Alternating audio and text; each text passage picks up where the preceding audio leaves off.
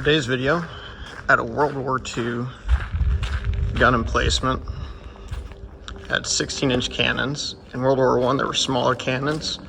And during the Cold War, there's a radar base here. This 16-inch cannon could send a 2,100-pound projectile almost 25 miles.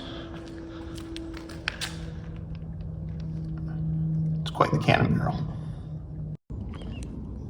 Out of the edge of the walkway, overlooking the swamp in the distance, we can see a lighthouse and the fire control towers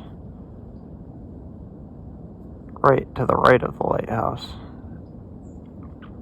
Using radios, they would have been telling the people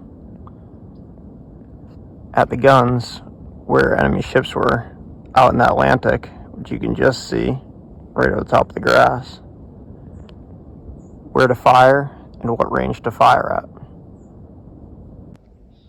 This room, right next to where the cannon would have been mounted, is where the shells would have been. Even has one rack there, still for the shells. You wouldn't have stored anything else in here. This barrel itself was actually mounted on the USS Missouri. And this right here is one of the shells that would have been fired through this barrel. Or 239,000 pounds.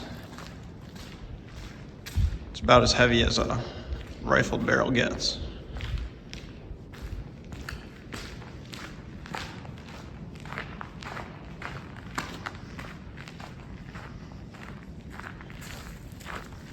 For scale, we have one of the projectiles on a stand coming out of the barrel.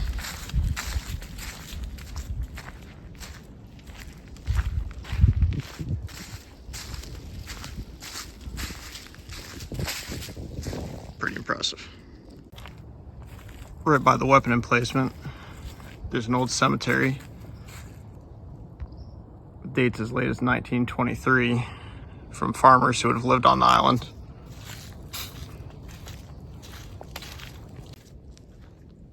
After walking down the other path, we come to where the second weapon would have been emplaced.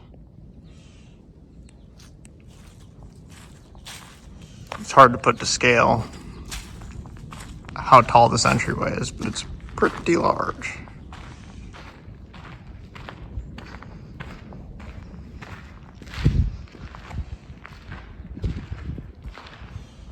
"80 years ago, you would have been able to look out right there and see the ocean. Now it's all grown in a little bit. Tie-down points are still in place. It's amazing how good a shape this is in.